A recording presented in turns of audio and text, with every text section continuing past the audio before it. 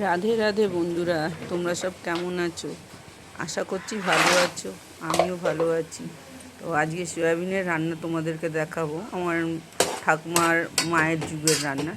এই সয়াবিন গরম জলে দিয়ে 5 মিনিটের জন্য ফুটিয়ে নিয়েছি, এবার ঢাকা চাপা দিয়ে রেখে দিলাম। এবার পেঁয়াজ কুচি, টমেটো কুচি, আদা রসুন বাটা, জিরে, ধনে, লাল লঙ্কার গুঁড়ো,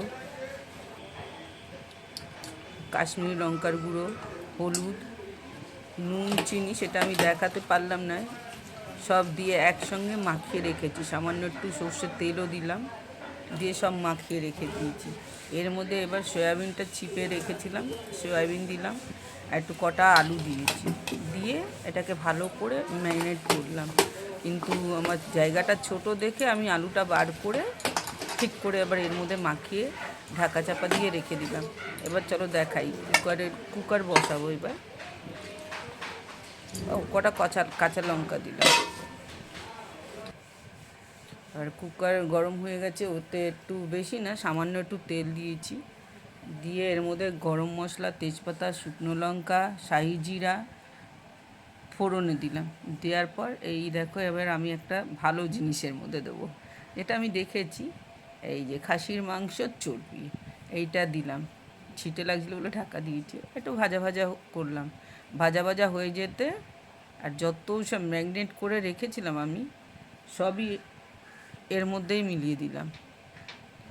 মিলিয়ে একটু নাড়াচাড়া দিয়ে তার মধ্যে আমি একটু ভালো করে একটু মিলিয়ে নিতে হবে, নইলে তো মিশবে না।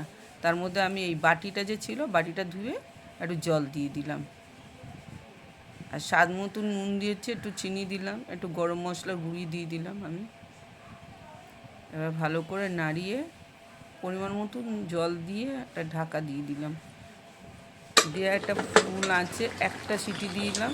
তারপর আঁচটা ঠান্ডা করে নিয়ে কুকারটা খুলে এবার এর মধ্যে সামান্য একটু কস্তুরি মেথি দিয়ে আর ঢাকা দিয়ে মানে 10 থেকে 15 মিনিট আমাকে এটাকে রান্না করতে হয়েছে। এরপর দেখুন কি সুন্দর দেখতে লাগছে, দেখুন। এবার ডিশ আউট করছি, দেখাচ্ছি কেমন যা রান্না হয়েছে, সেটা খেলেই তো বোঝা যাবে। আমি এটা রুটি দিয়ে খেলাম, কিন্তু এটা ভাত দিয়েও খাওয়া যায়, আর রুটি দিয়ে বেশি ভালো লাগে। এত দারুণ হয়েছে খেতে, মানে না খেলে বুঝতে পারবে না। আশা করছি বন্ধুরা তোমরাও একবার বাড়িতে রান্না করো। এই রান্নাটা একদম ইজি দেখিয়ে